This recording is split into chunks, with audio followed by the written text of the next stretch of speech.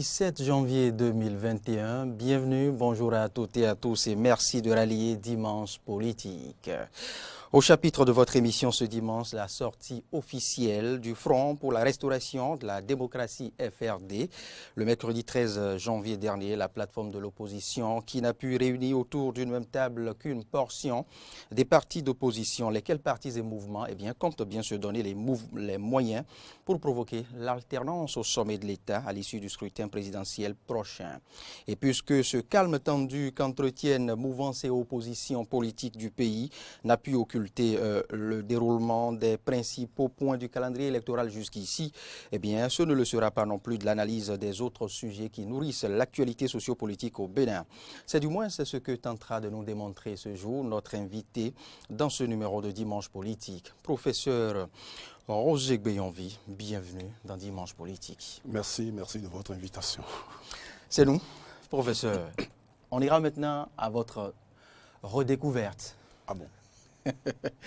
Quel élève, quel étudiant a été le professeur Roger Gbeyonvi?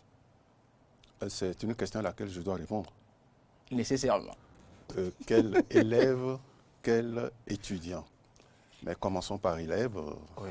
Vous avez laissé écolier tomber. Non, je n'étais pas très conscient.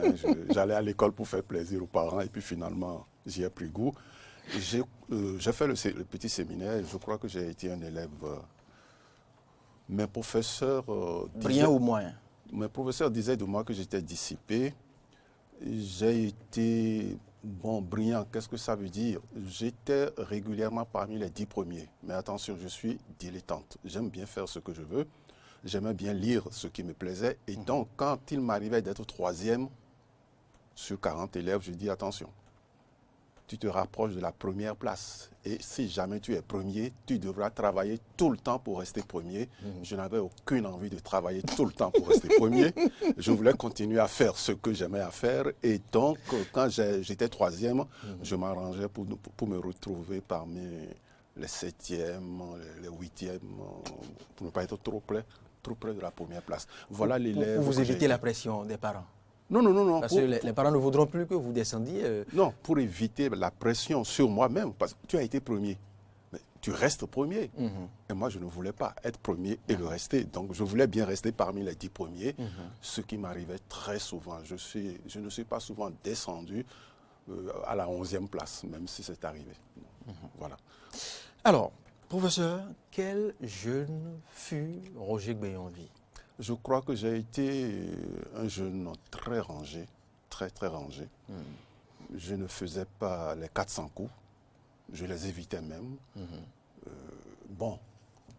Le professeur d'histoire qui n'arrivait pas à m'accrocher savait que pendant ses cours, je lisais des romans. Le professeur de mathématiques, pareil, mais je suivais les cours de mathématiques parce que j'avais compris que les mathématiques ne m'aimaient pas. Et je ne voulais pas qu'on dise que je suis nul en mathématiques parce que je ne fais pas les mathématiques. Donc j'écoutais le professeur de mathématiques, même si j'avais régulièrement 0,50 à tous les coups. Ça a failli me coûter le bac, mais enfin, ça ne m'a pas coûté le bac. Mais alors, comment en est-il arrivé au cadre accompli que j'ai en face de moi? Je suis un cadre accompli. Ah, si vous le dites, ça doit être vrai, alors dans ce cas, c'est à vous de répondre à la question. Professeur, oui. Comment cela a été possible? Écoutez, comment cela s'est-il construit?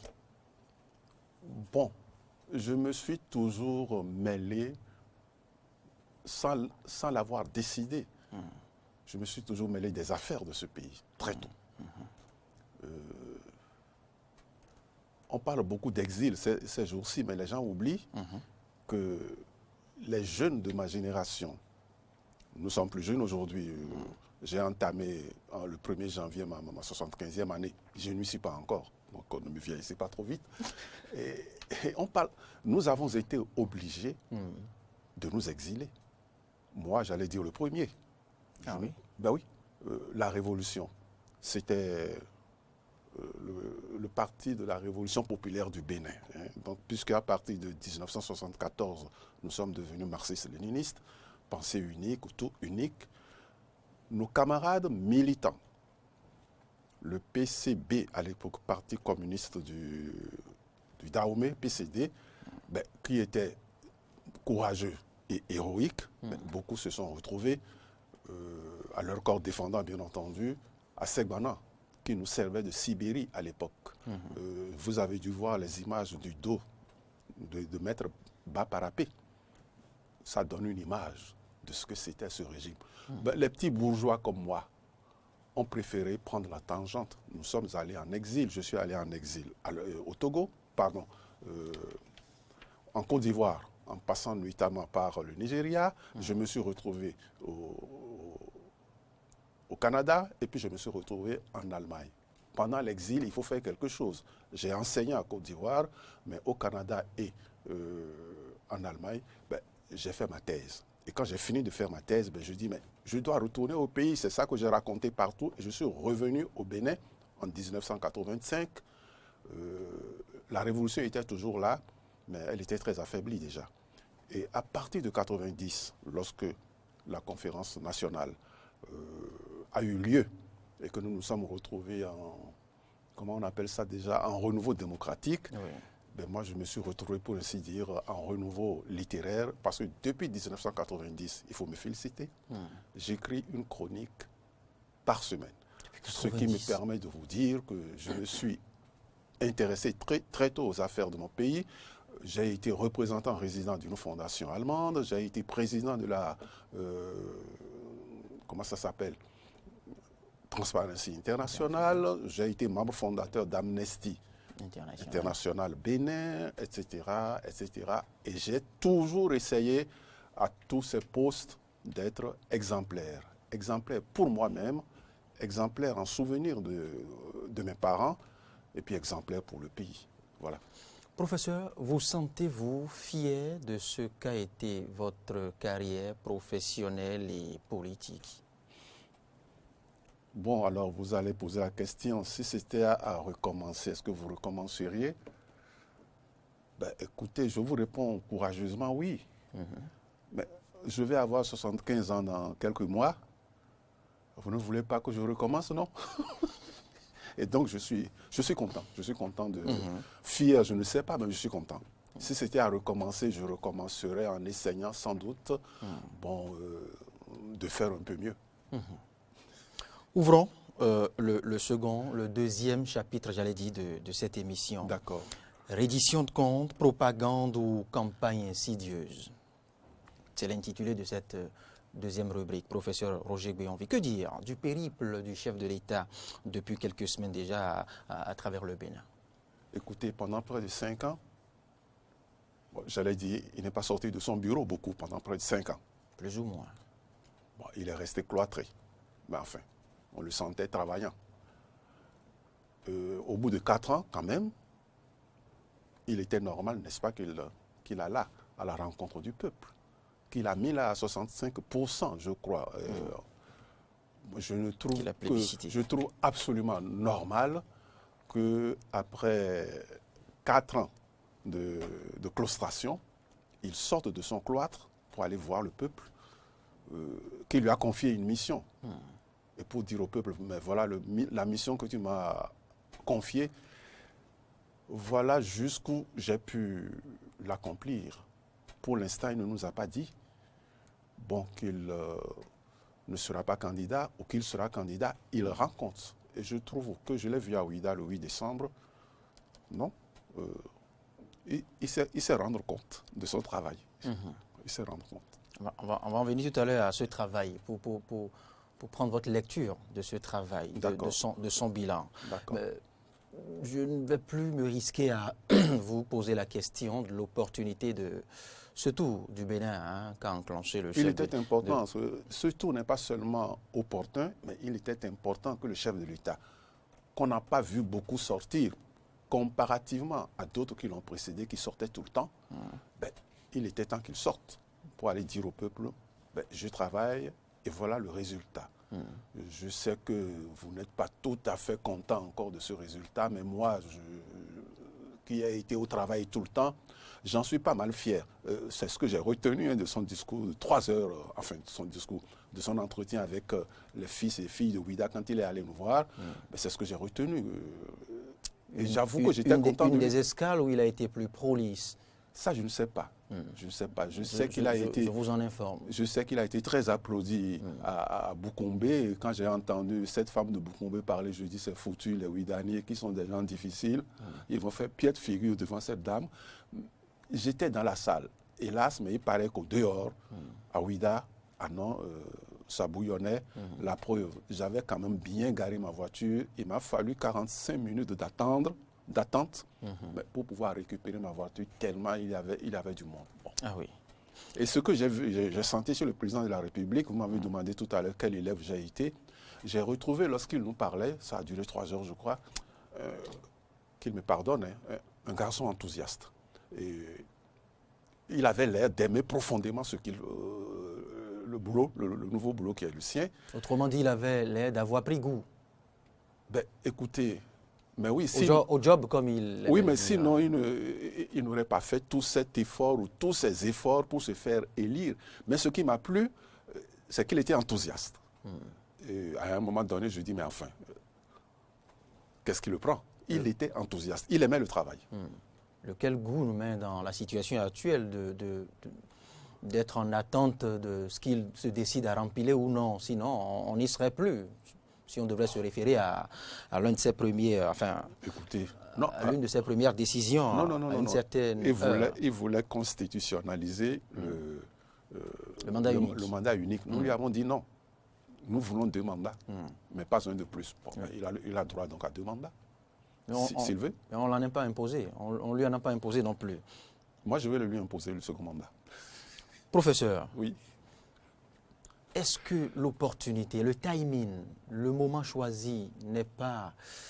est-ce qu'il n'y a pas derrière de la politique dissimulée, n'est-ce pas, une pré-campagne insidieuse? Écoutez, cher ami, je préfère une pré-campagne insidieuse 1 an, 6 mois avant les échéances présidentielles. Je préfère cette pré-campagne insidieuse, c'est votre expression, à 5 ans de pré-campagne insidieuse. Pendant 5 ans, je ne sais pas si on faisait grand-chose, mais on faisait beaucoup de campagnes. Lui, pendant près de 5 ans, n'est pas sorti, n'a pas fait campagne, a travaillé. Permettons-lui, si vous tenez à ce que ce soit une pré-campagne insidieuse, eh bien, permettons-lui de faire cette pré-campagne insidieuse moins d'1 an avant les échéances. C'est préférable par rapport à ceux qui passaient 5 ans, le premier mandat, à faire campagne. Oui, professeur, mais si ce devrait l'être, ce ne serait pas avec les ressources de l'État. Pardon? Si ce devrait être une pré-campagne, en griffe insidieuse... C'est vous qui l'appelez pré-campagne. Vous avez confié une mission à quelqu'un. Vous êtes ici en mission pour quelqu'un. Cette télévision ne vous appartient pas. Et bon, mais si l'on vous envoie en mission au Gabon, aller là-bas recueillir des éléments pour nos émissions, ben, on ne va pas vous imposer les frais de voyage, aller-retour au Gabon et les frais d'hôtel. Alors, si le président de la République voyage à travers le pays pour nous rendre compte du travail que nous lui avons confié, pour nous rendre compte de l'étape à laquelle, oui, une étape, il est arrivé de ce travail, mais il est normal que ce soit nous qui le payions. Il est normal que ce soit sur les frais de l'État. Parce qu'il n'est pas en campagne, c'est vous qui dites qu'il est en campagne. Oui, si la période était suffisamment détachée. Oui, alors ceux qui faisaient la période électorale. Ceux qui faisaient campagne pendant 5 ans, faisaient campagne avec l'argent de l'État, non? C'est aussi un choix. C'est un choix. Mais a-t-il fait ce... Voudra-t-il faire ce même choix? Je préfère son choix à lui. Travailler pendant près de 5 ans, prendre les sous de l'État. S'offrir les sous de l'État. Pour aller rendre compte de ce travail. Et puis, s'il se déclare candidat pour le second tour, ce que je souhaite, ben, il laissera tomber les frais de l'État pour faire campagne. Parce qu'en ce moment, il n'aura plus besoin de faire campagne en tant que tel, parce que sa récente campagne, que la récente presque campagne serait encore chaude dans la mémoire. Il aura besoin de faire campagne parce que des gens vont nous vendre, d'autres candidats vont se présenter, avec lui et vont nous vendre beaucoup de promesses. Des promesses plus belles que les actions que lui, il aura faites pendant 5 ans. Il faudra bien qu'il défende son bilan et qu'il oblige donc ses colistiers, non, enfin, ceux qui vont se présenter contre lui, qu'il les oblige à prouver que les promesses mirobolantes qu'ils sont en train de faire et qui sont plus belles que les actions que lui il a posées, ben, ils tiendront parole. Parce que maintenant, ce qui va se passer, car j'espère, je veux qu'il se présente pour le second tour, pour le second mandat, mais c'est que pour une fois, il y a des actions pas parfaites. Alors contre ces actions pas parfaites, il va y avoir des promesses parfaites. Eh bien moi je préfère garder l'homme aux actions imparfaites que de prendre quelqu'un qui m'a fait des promesses parfaites, qui m'aura fait des promesses parfaites, mais dont je ne suis pas du tout sûr que ces promesses seront tenues. Parce que je connais ce pays depuis quand même, oui, le 1er août 1960, j'avais 14 ans. Et comme c'est de chez moi à Ouidah que partaient les coups d'État pour aller renverser le pouvoir à Cotonou, je peux vous dire que dès cet instant-là, j'étais très intéressé aux choses politiques. Et je suis heureux de vous dire que pour la première fois de mon existence politique, je suis fier, heureux d'être béninois parce que on va peut-être parler du bilan. Bien sûr, on ne peut ne pas. Oui, mais enfin, vous allez me parler du bilan matériel. C'est ça qui vous intéresse, vous. Mais ce qui m'a intéressé, moi, depuis 4 ans et bientôt depuis 5 ans, c'est le bilan immatériel. J'appelle bilan immatériel le fait qu'un homme comme moi, qui avait désespéré complètement du développement de ce pays, s'est mis à croire que ce pays peut se développer. Et j'appelle bilan immatériel dû à celui dont nous n'avons pas encore dit une seule fois le nom, le fait qu'il ait pu rendre confiance à des hommes et à des femmes. Il est important de rendre confiance à quelqu'un qui l'a perdu, parce que si vous n'avez pas confiance en vous, vous ne faites rien du tout. Et je crois que des gens comme moi avaient perdu confiance, non peut-être pas en eux pour ce qu'ils faisaient chaque jour, mais avaient perdu confiance dans le développement de leur pays. Et donc aujourd'hui, je crois que beaucoup de Béninois sont heureux et fiers de constater que non, nous ne sommes plus l'enfant malade de l'Afrique, nous ne sommes plus des mendiants, même si j'ai vu hier à je ne sais quelle émission de télévision qu'on s'est mis à nous distribuer, à nous donner de l'extérieur des masques. Non, nous pouvons les fabriquer nous-mêmes, puisque, hélas, la pandémie est là. Qu'on ne nous envoie pas des masques de l'extérieur, je trouve que c'est nous insulter. Mais ça, c'est une opinion tout à fait personnelle. Professeur, en entendant d'en venir, au bilan, je constate que c'est peut-être... vous lisez peut-être ces 5 ans sous le prisme du cadre accompli, du professeur d'université qui est à l'abri du mal, à l'abri du nécessaire. Pas d'un prisme de citoyen ordinaire, lambda, qui se doit de négocier le quotidien au détour de 500 ou 1000 francs dans nos petits marchés. Vous avez raison. Je fais partie des Béninois.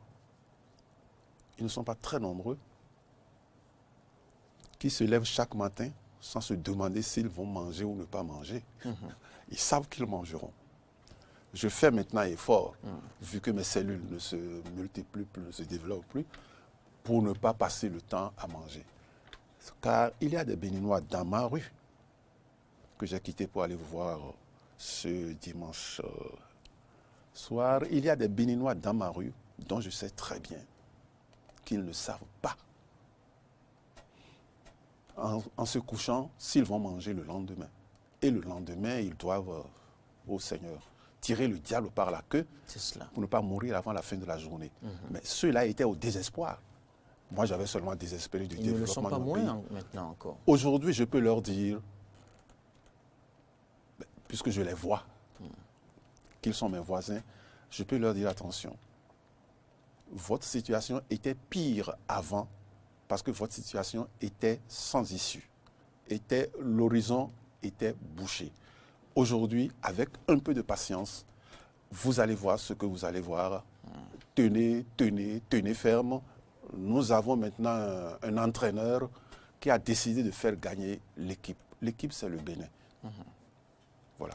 Professeur Roger Béonville, Cher ami. on va poursuivre cette fois-ci pour aborder quelque peu les rapports mouvance-opposition.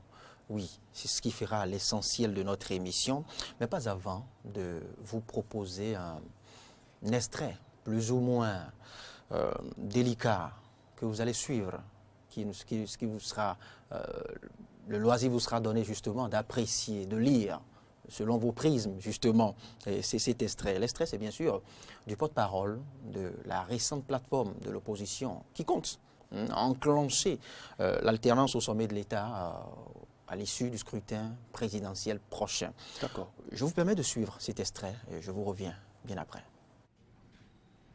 Pendant 26 ans, de février 90 à mars 2016, le Bénin a tenu son rang de pionnier et de modèle en matière de démocratie en Afrique.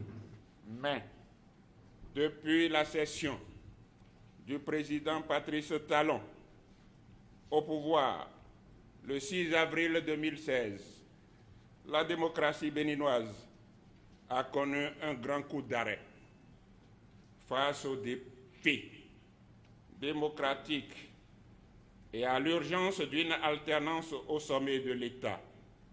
Les partis, mouvements et personnalités politiques opposés à la gouvernance du président Talon ont décidé de la signature d'une convention pour mettre en place la plateforme dénommée Front pour la restauration de la démocratie, FRD.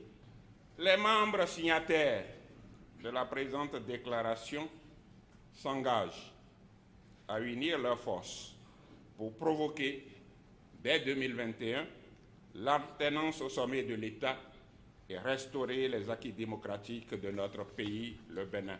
À cette fin, le Front pour la restauration de la démocratie, collectif de l'opposition, exige l'application immédiate des arrêts de la Cour africaine des droits de l'homme et des peuples, demandant le maintien de la Constitution du 11 décembre 1990, l'organisation d'un dialogue inclusif de tous les acteurs de la vie politique aux fins de déterminer de façon consensuelle les modalités d'une élection pacifique et démocratique.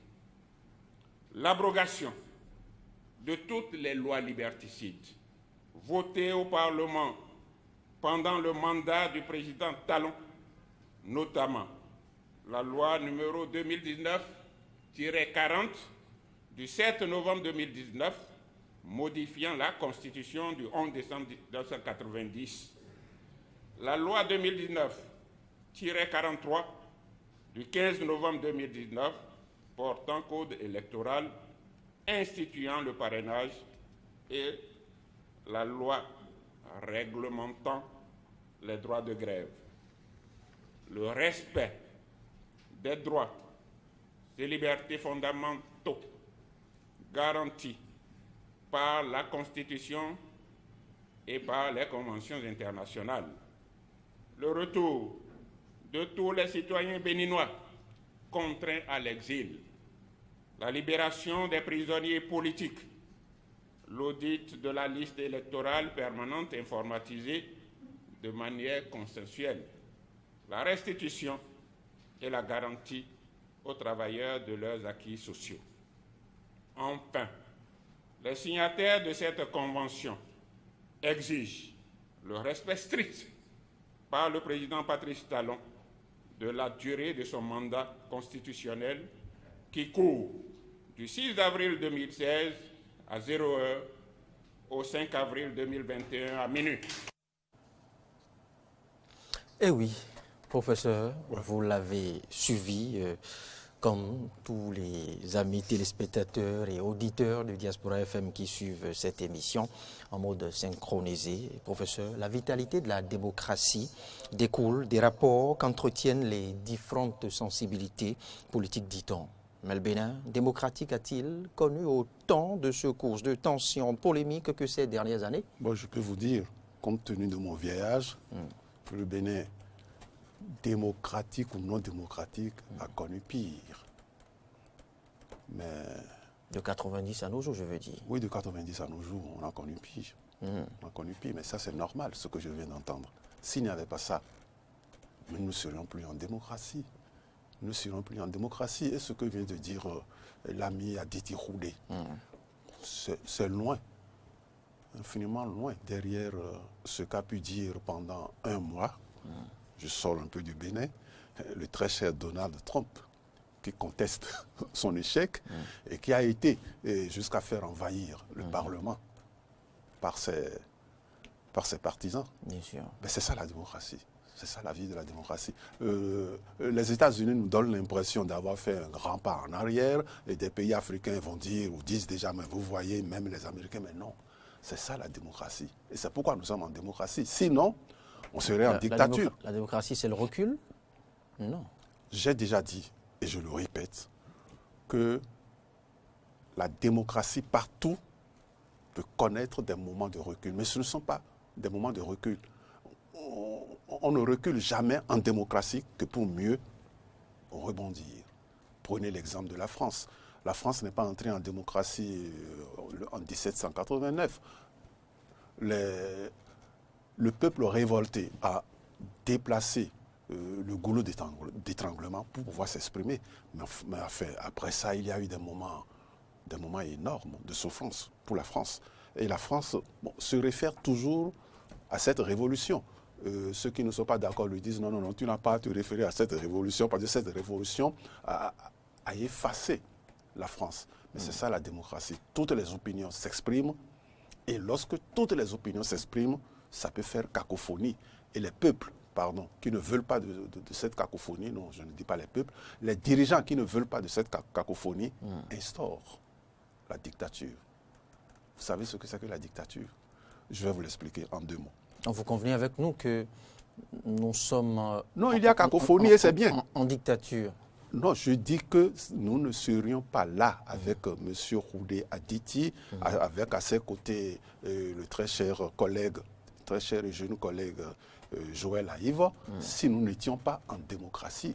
Toutes les opinions s'expriment et parce que toutes les opinions s'expriment, ça fait cacophonie. La démocratie, c'est parfois la cacophonie. Mais à un moment donné, il y a des textes qui ont été votés, des lois qui ont été prises. C'est la pluralité des opinions, justement, oui, mais la pluralité des opinions vivifie la démocratie. Oui, mais pas tout le temps. Pas tout le temps. Et nous entrons... Sa négation ou nous son entrons absence, à l'époque, serait nous entrons, la porte ouverte à la dictature. Nous entrons à l'époque où vous allez, comme moi, entendre la cacophonie. Parce que tout le monde voudra aller au pouvoir. Nous sommes opposés... Mais pourquoi vous y attribuez cette sémantique, ce concept? Y a-t-il là de la cacophonie ou y a-t-il là quand toutes les opinions s'expriment à la fois... Pas à la fois, chacun... Vous n'avez pas été professeur? Non plus. À un moment donné... à un moment donné, le professeur est obligé d'instaurer de façon dictatoriale le silence. Je ne vous entends plus, vous parlez tous à la fois. D'accord? Mais c'est ça la démocratie parfois. Pendant 5 ans, on aura laissé faire. Et maintenant qu'il s'agit d'aller prendre le pouvoir, on va le lui arracher. Ils sont opposés à la gouvernance de Talon. C'est leur droit. Je fais partie, pour leur malheur peut-être, de ceux qui approuvent la gouvernance de Talon. Et nous allons tous nous exprimer à la fois. Ça va faire cacophonie, vous allez voir. Ça va faire cacophonie. Donc comme quoi, vous partagez au fait ce principe ou je dirais... cette procédure qu'a le régime actuel d'éprouver les principes, les bases de la démocratie. Vous pensez que les bases de la démocratie sont éprouvées? Mais non, pas du tout. Vous les avez vus s'exprimer, vous les avez entendus, comme moi, s'exprimer librement et dire librement ce qu'ils pensent. Il m'arrive de regarder, je ne vais pas faire la publicité à une autre télévision qu'à celle-ci, mais permettez-moi de vous dire qu'il m'arrive de regarder l'ORTB. Je n'ai pas le sentiment que l'ORTB soit aujourd'hui sous la rupture, ben, ce qu'elle a été Par le passé. par le passé, attention, pendant le renouveau démocratique. Et je suis payé, entre guillemets, pour vous dire qu'il fut un temps où des gens comme Brionville Roger n'avaient plus le droit d'être invités par les journalistes à l'ORTB. Nous n'étions pas en dictature, nous étions dans le renouveau démocratique. Et pourtant, on a dit, des gens comme Brionville ne les invitez plus à la télévision nationale, quel que soit ce qu'ils ont à dire. Je ne veux pas les entendre. Je ne sais pas qui a dit ça. Est-ce que c'est le directeur ou on a dit ça au directeur? Le directeur a dit, professeur, vous nous excusez, hein, nous on veut sauver notre tête. Je dis, oui, vous avez raison, sauvez votre tête.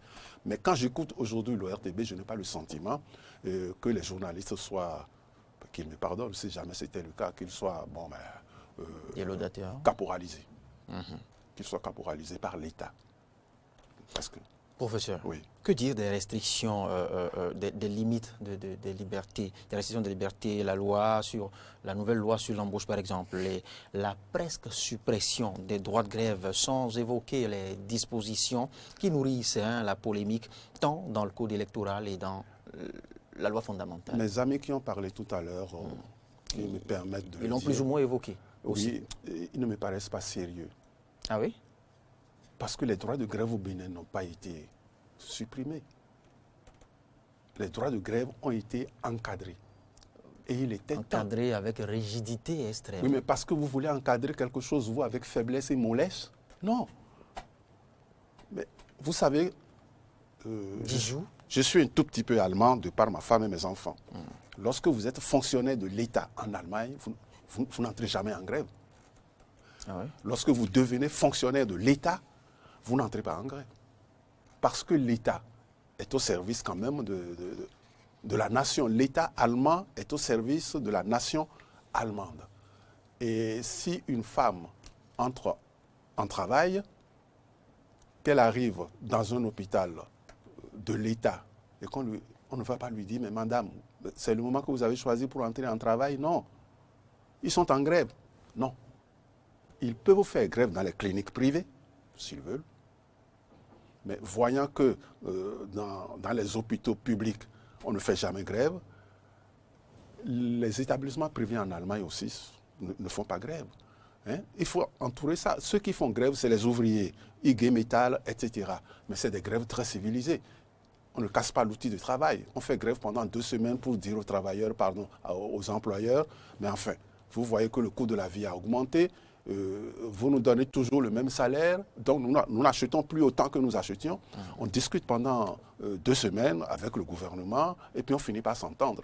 Bon, ces travailleurs voulaient peut-être une augmentation de 5%, on finit par s'entendre pour leur donner 2% d'augmentation. Et ils reprennent le travail. Mais qu'est-ce que nous faisions ici au Bénin? Il n'y a pas si longtemps que ça. Les hôpitaux étaient fermés, les écoles étaient fermées et tout le monde allait vous faire voir. Nous, les travailleurs, nous avons des problèmes avec l'État.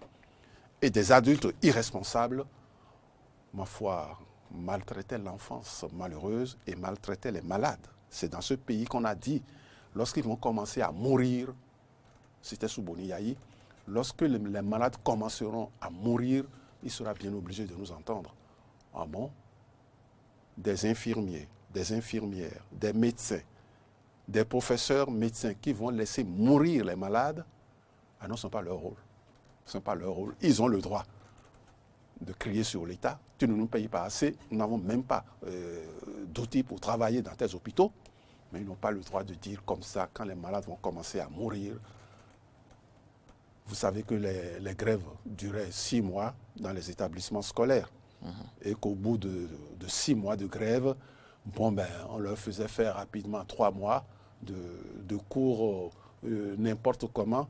Mais si moi j'avais été formé comme ça, mon jeune ami, regardez-moi dans les yeux, si j'avais été formé comme ça, si je n'avais pas eu régulièrement 9 mois bien remplis de cours assidus au primaire, au secondaire et au supérieur, mais comme mes parents, parfaitement illettrés, ne m'ont strictement rien appris à la maison de tout ce que je sais, sauf l'éducation, la belle qu'ils m'ont donnée, mais c'est à l'école que j'ai tout appris de mes maîtres, de mes professeurs. Mais attention, c'était 9 mois à chaque fois. Alors qu'est-ce que moi j'ai fait pour mériter d'avoir été formé pendant 9 mois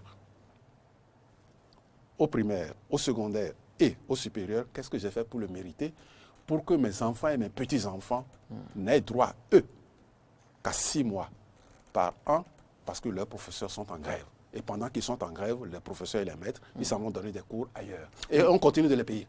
Justement, qu'est-ce que vos enseignants d'alors ont fait pour mériter un suivi de carrière conséquent pour que maintenant, ceux actuels en arrivent à en être privés? Ouais. Vous avez raison de poser la question. Il y a un élément que les Dahoméens béninois ne prennent pas en compte. Moi, je le dis, je le répète, mes parents m'ont très bien élevé. J'ai été, avec tous mes camarades enfants à l'époque, un enfant heureux. Ça ne veut pas dire qu'on était au caviar. Non, pas du tout. Mais on avait à manger 3 fois par jour, parfois 4 fois. Mais attention, lorsque je suis né en 1946, il faudra que j'aille voir les documents, les archives. On n'était pas 1 million de Dahoméens. C'est vrai.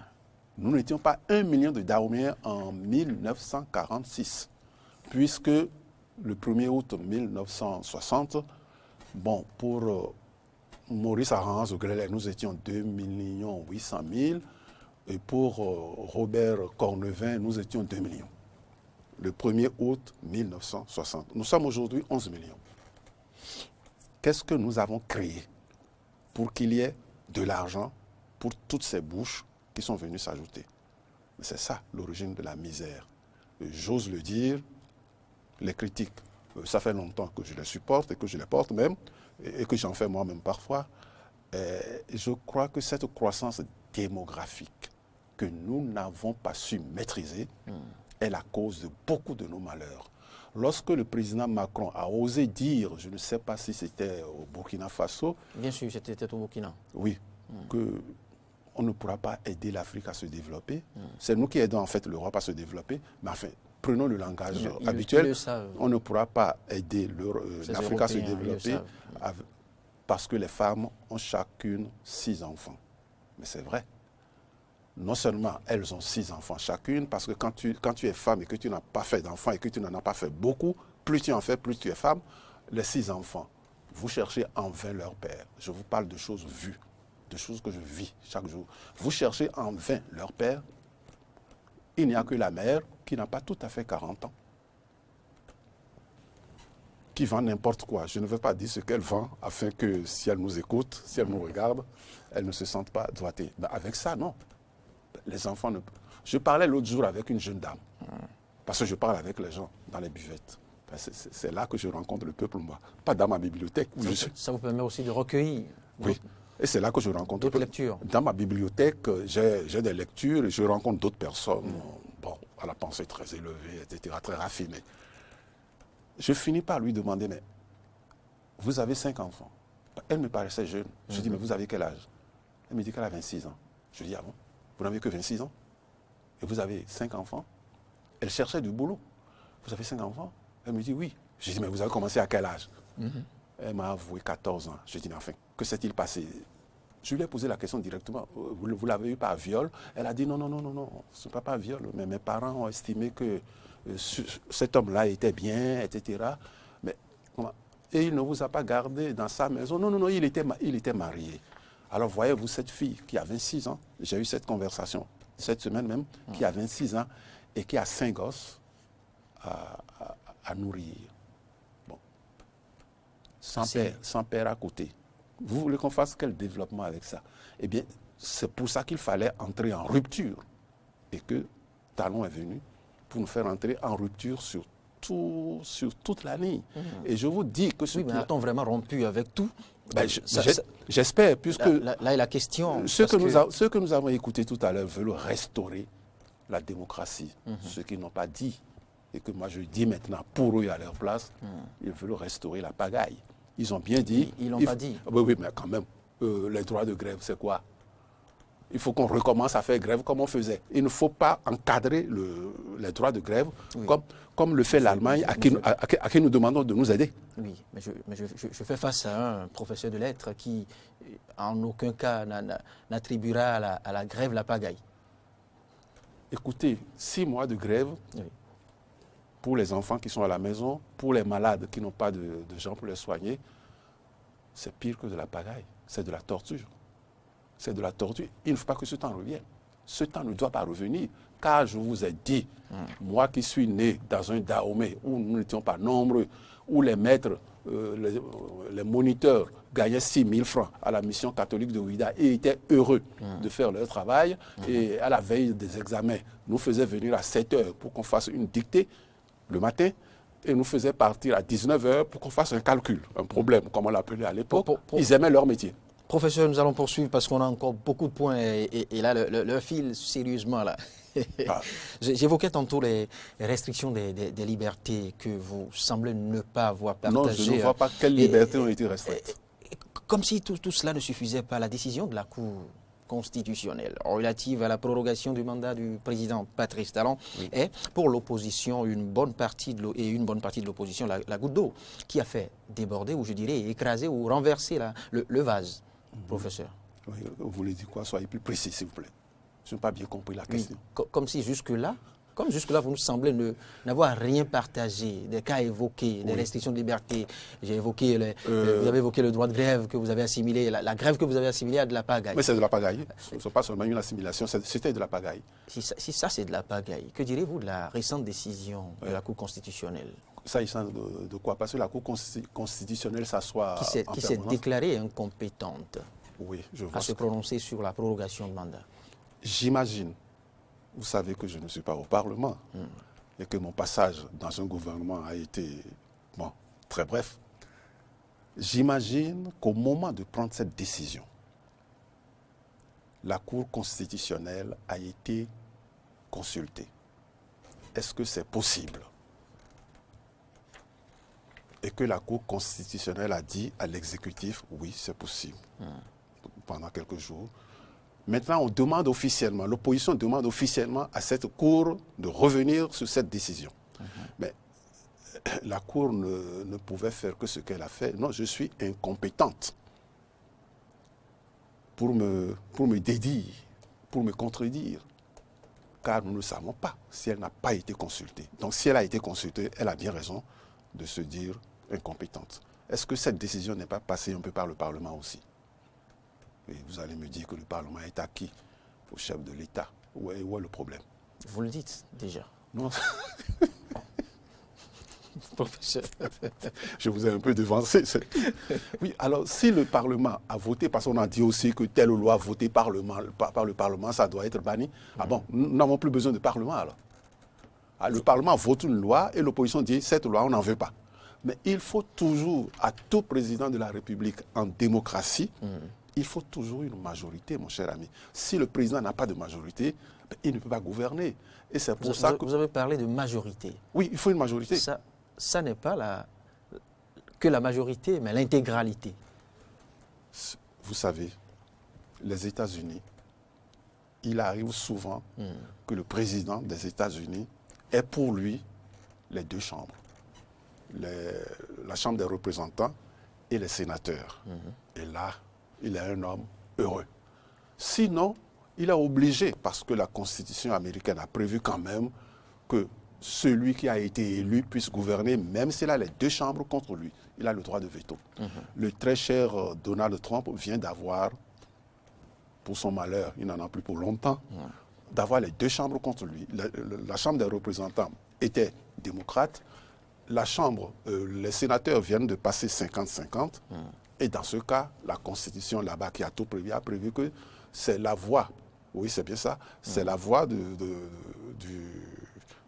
vice-président qui va l'emporter. Alors Kamala Harris est devenue d'office présidente du Sénat. Donc il faut une majorité. Sinon, le chef de l'État sera tout le temps à invoquer notre article 68 de la Constitution qui n'a jamais été fait. Cet article-là, pour mettre le Parlement sous clé afin que le chef de l'État puisse avancer. Mais nous l'avons utilisé une fois parce que le président Soglo ne savait plus à quel sein se vouer. Il a invoqué cet article 68 et désormais, ça fait jurisprudence. Lorsque le chef de l'État ne peut plus avancer, allez, il renvoie le Parlement pendant 24 heures ou 72 heures et fait passer son texte. Pour poursuivre, professeur, Oui. le Parlement tel que c'est, Oui. quelle lecture cela vous inspire? Écoutez, on m'a posé la question une fois. Ah oui? Il y a combien de partis actuellement dans le pays? Il n'y en a pas que deux. Il y a le PRD, par exemple. Par exemple, pour citer un parti connu, quel autre parti encore? L'UDBN. Bien sûr. Alors, etc. Il n'y a pas que deux partis au Bénin. Comment se fait-il Il n'y en a eu que deux là-bas, Oui, au Parlement. qui ait rempli les conditions à remplir? Je ne vais pas être long parce que vous avez déjà dit que le On ne temps... va plus refaire l'histoire. On ne va pas refaire l'histoire parce que quand même, vous savez à quoi servaient les partis. Les 250 partis dont 10 ou 20 ou 30 ou 50 se retrouvaient au Parlement. Bon, c'était pour nous piller, obliger le chef de l'État à leur distribuer l'argent du pays. Ah non, ça va, ça suffit. Maintenant, j'espère que dans le prochain Parlement, il y aura toujours deux partis pour donner une bonne majorité au chef de l'État et qu'il y en aura trois autres, bon, plus ou moins partagés entre les membres de l'opposition. Parce que 5 partis pour ce pays, ça suffit. Ça suffit. L'Allemagne, dont je vous ai parlé tout à l'heure, a difficilement 5 partis politiques. Chez les Américains, c'est sacré, c'est 2. Et comme si de rien n'était, la Sénat, sereine, déroule. Vous n'y vous lisez pas là une mince part d'indifférence? Pardon, là? La Sénat. Oui, notre Sénat. Oui. Déroule, malgré les récriminations, les plaintes, les reproches des partis d'opposition. J'allais dire, vous êtes dur d'oreille. Les plaintes, les récriminations, la cacophonie, ça fait la vie de la démocratie. La Sénat, ça fait la vie de la démocratie. Le Parlement, ça fait la vie de la démocratie. Alors vous voulez que les institutions de la démocratie s'arrêtent de fonctionner? Mais parce qu'il y a des gens qui disent qu'ils sont mécontents. Et tous ceux qui sont contents et qui ne le disent pas. Et de toute façon, ce n'est pas parce que l'opposition récrimine mais que tout le monde doit prendre peur, la Sénat, le gouvernement, ils sont mécontents dans l'opposition. Mais le rôle de l'opposition, c'est d'être mécontent. Ah oui? Mais je pense. Nous sommes contre la gouvernance de talons, ont-ils dit. Alors quand ils ont dit les raisons pour lesquelles ils sont contre, mais je vois bien qu'ils n'ont même aucun rêve à nous vendre. Parce que si c'est la pagaille des grèves qu'ils veulent nous vendre, les malades qui meurent dans les hôpitaux, les écoliers qui restent à la maison en charge à leurs parents, mais si c'est ça qu'ils veulent nous vendre, s'ils veulent nous vendre la Cour africaine des droits de l'homme, parce que nous n'avons pas une Cour suprême ici. Nous n'avons pas une Cour constitutionnelle. Pourquoi est-ce que c'est la Cour africaine des droits de l'homme qui viendra dire le droit chez nous? Professeur. Oui. Je vous sais, vous n'êtes pas en verre, vous n'êtes pas avec vos lunettes, sinon j'allais dire que ce sont plutôt vos verres qui vous permettent de faire cette lecture rupturienne, extrémiste. S'agissant de lecture, il se trouve que Dieu m'aime beaucoup, je n'ai pas besoin de lunettes pour lire. Parce que vous semblez ne lire en la rupture que du beau. Écoutez, vous avez dit rupture. Vous savez avec quoi nous avons rompu? Avec la pagaille. Mais nous sommes restés dans la démocratie. Nous n'avons pas rompu avec la démocratie. La preuve, vous me l'avez apporté tout à l'heure. Ils étaient là, pas tous les opposants. Où sont passés les autres? Je ne vais nommer personne, mais où sont passés les autres? Ils ne sont plus opposants? Professeur, j'ai bien envie. Oui. Il y a toujours ce petit chat qui me perturbe, qui trouve place dans ma gorge. Des réformes dans les secteurs que je ne pourrais pas les citer toutes, les réformes de l'État pour optimiser les ressources au sommet de l'État. De grands projets sont lancés. Vous me parlez d'asphaltage H, SGD, SGN, les microcrédits à la FIA. Mais tout ça pour qui, professeur? Ce n'est pas pour la famille Talon. Asphaltage, le courant électrique, l'énergie électrique devenue continue. Je peux en parler. Même au début de la rupture, Vous l'évoquez, le courant n'était pas continu. la période difficile de délestage, qui ne manque pas moins. Il y a toujours quelques... Et je me dis, attention, qu'est-ce qui se passe? Il y a a encore toujours coupure? Si, il y en a. Oui, ça dure 1 minute, ça dure 2 minutes. Pas toujours. Je suis au salon pas avec. toujours. Je suis au salon avec. Parfois Je suis une au salon demi-journée avec. par endroit. Ah oui, par endroit. Oui. Ben donc nous sommes bénis des dieux à Ouida. Oui. Mais vous savez, ça c'est l'aspect visible de l'iceberg. J'appelle iceberg ce que je vous disais tout à l'heure, le fait qu'il ait réussi de façon inattendue à nous redonner confiance.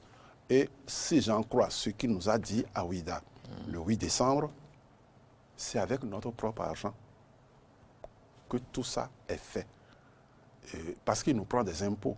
Mais l'État ne produit pas d'argent. L'État a besoin de nos impôts pour travailler. Et il semble, je ne suis pas le ministre Wadaï, il semble que désormais, mais les impôts rentrent dans les caisses de l'État et que l'État aurait pour tous ces travaux de l'argent en veux-tu, en voilà. Ce qui fait que lorsqu'il demande à l'extérieur de lui prêter de l'argent, l'extérieur prête volontiers parce qu'il sait que nous sommes solvables. Oui, mais le peuple ne mérite pas plus que ce capital social à minima qui lui est consacré. Ah bon? Parce que vous croyez que la pagaille que nous avons instaurée, je dis nous, que nous avons instaurée, ils ont parlé de 26 ans, vous pensez que c'est en 5 ans de gouvernance de talon qu'ils combattent, que c'est en 5 ans de gouvernance talonienne que nous allons réparer 26 ans de pagaille? Non. Mais il a montré la voie, et c'est très important, que cette pagaille-là peut être réparée. Que le non-développement du Bénin n'est pas une fatalité, c'est quelque chose qui nous a imposé par des gens peut-être qui pensaient plus à leur poche qu'au pays. Lui, il pense maintenant au pays. J'espère que les régions qui n'ont pas encore d'eau, parce que moi je suis né à Ouida, j'ai grandi à Ouida où j'ai toujours eu de l'eau potable, mais quand je pense qu'il y a des régions au Bénin, peut-être pas très loin de Ouida, qui n'ont pas de l'eau potable, il m'est arrivé de boire de l'eau très sale quelque part quand j'étais au service du Secours catholique américain, où je traversais le pays à mobilette. J'avais tellement soif. J'arrive dans un village, on me dit, mais c'est là l'eau qu'on boit. Ben, je comprends que tout le monde, ou presque, soit malade dans le village. C'était il y a peut-être à peu près 30 ans. Donc aujourd'hui, s'il y a des villages encore où il n'y a pas l'eau potable, je supplie le chef de l'État de faire en sorte qu'ils aient de l'eau potable et qu'ils puissent avoir droit à un petit réfrigérateur. Hein. Je ne dis pas à un grand réfrigérateur. S'ils veulent prendre de la bière fraîche, ils y ont bien droit aussi. Qu'ils puissent... On ne peut ne pas reconnaître que Cotonou, comme d'autres communes qui ont connu l'asphaltage, justement, ont fait peau neuve. Mais, professeur, y a-t-il eu tout de bien pendant ces 5 ans? Je mentirais. Je mentirais si je vous disais que tout est bien. Mais ce qui est bien, c'est que maintenant nous sommes sur une voie ascendante. Ce qui est bien, c'est que maintenant nous avançons. Et ça là, ça n'a pas de prix. C'est ça là qui n'a pas de prix. Le fait que nous soyons enfin en train d'avancer. Je vous ai dit que j'ai 75 ans bientôt. J'ai tout vu. Nous allions de reculade en reculade. C'est seulement en démocratie qu'un recul peut être rattrapé. Eh bien, nous allons de reculade en reculade, de coup d'État en coup d'État, qui ne servait strictement à rien. Donc nous pouvons aussi rattraper ces reculades? Même le renouveau démocratique, ma foi, vous voyez à quoi ça a servi jusqu'à la rupture. Professeur Roger Gbeyonville, nous allons y mettre un terme, pas avant d'aborder la rupture et ses budgets. Vous l'avez constaté que depuis 2007, la rupture a imprimé une marque exceptionnelle au budget. Le budget de l'État, exercice 2021, est connu, raisonnable, ambitieux ou exagéré selon vous? Écoutez, nous sommes 11 millions, il paraît. D'aucuns disent 12 millions. Mais quand je vois les travaux qui ont été faits et que j'envisage ceux qui seront faits, bon, j'imagine que le budget est en deçà de ce qu'il aurait dû être. Ah oui? Oui, mais l'État ne peut pas dépenser de l'argent qu'il n'a pas ou qu'il ne compte pas avoir. Et donc, si ce budget était le double de ce qu'il est, ben, il y a du travail à faire il a du travail à faire et ma foi, le double de ce budget ne suffirait pas parce que tout le pays est en chantier. Hein. Je vous ai parlé des villages qui n'ont pas encore l'eau potable. Oui. Pour faire venir de l'eau potable en permanence dans un village, j'imagine ce qu'il faut de travaux, j'imagine ce qu'il faut de sous. Il y a des villages, des contrées du Bénin qui ne connaissent pas l'énergie électrique. Mais qu'est-ce que moi, Roger Gbéonville, je peux faire sans énergie électrique? Professeur Roger Gbéonville, la réalisation me signale que nous venons de consommer le nombre de minutes à nous consacrer votre mot de la fin. Ah, mon mot de la fin. J'ai été peut-être un peu mal préparé à ce mot de la fin. Non. Il y a 3 ans. Non, non, je n'aime pas que vous ne me preniez pas au sérieux. Il y a 3 ans, un vieux, il a 88 ans aujourd'hui, est venu me chercher à Ouidah. Roger, mon petit-fils, je ne sais pas ce qui lui arrive, mais il paraît que l'école dans laquelle il étudie, bon, nous sommes allés dans l'école à Ouidah, une école en pleine ville. Moi-même, je m'étais habitué à ce spectacle-là. Il y a 65 ans, plus de 65 ans à Ouidah, mais toutes les écoles étaient des espaces fermés. Et le directeur mettait son point d'honneur à nous enfermer à partir de 8 heures, terminé. Mais non, vous arrivez à Ouidah il y a 3 ans, mais toutes les écoles sont des espaces ouverts. Les chiens errants, les moutons errants, les revendeuses de ci, de ça, mais tout le monde traversait l'école. L'école n'avait pas de clôture. Non. Les enfants étaient exposés. Le grand-père me fait entrer dans cette école et l'école même était n'importe quoi. Et subitement, depuis 2 ans, toutes les écoles, à Ouidah du moins, sont devenues des espaces fermés et on a reconstruit les classes. Eh bien, pour cela, moi je remercie l'État, si c'est l'État qui a donné l'ordre aux communes de faire en sorte que les écoles redeviennent des écoles. Eh bien, pour ce retour à la normale, ce n'est pas une révolution, hein. Pour ce retour à la normale, ben, je remercie les actuels dirigeants de ce pays. Parce que moi, j'ai eu des écoles qui étaient des espaces fermés, qui étaient des temples. Merci, professeur Roger Gbéonville, pour votre lecture. Sans lunettes. Sans lunettes, mais avec des prismes et des lunettes de bons rupturiens, hein, de bons soutiens au gouvernement de la... De bons partisans. De bons partisans, si vous me passez le mot, j'en fais usage. Merci. Oui, les partisans pendant la Deuxième Guerre mondiale, les partisans pendant la Deuxième Guerre mondiale, c'est ceux qui ont lutté contre la dictature. C'est un plaisir pour moi de vous avoir reçu sur cette tribune, sur Dimanche Politique. On vous retrouvera peut-être avant le scrutin présidentiel ou peut-être pour la nuit électorale, qui sait. En attendant que tout soit clair et tout se décide à votre niveau, comme dans le camp d'en face.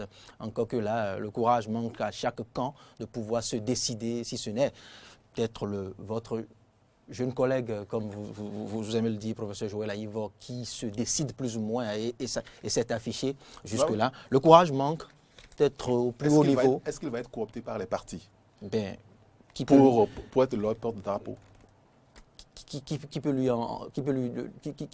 l'en empêcher, je veux dire? Non, personne ne peut l'en empêcher. C'est un bon constitutionnaliste. Voilà. Puisqu'il est du côté de ceux qui disent que la démocratie... Professeur Roger Gbéonville, le débat a pris fin. C'est tout pour ce numéro de Dimanche Politique. On est allé un tout petit peu plus que le temps nous consacré par Igor Routondi. Merci franchement à toutes et à tous. Vous m'avez coupé la parole et vous me chassez.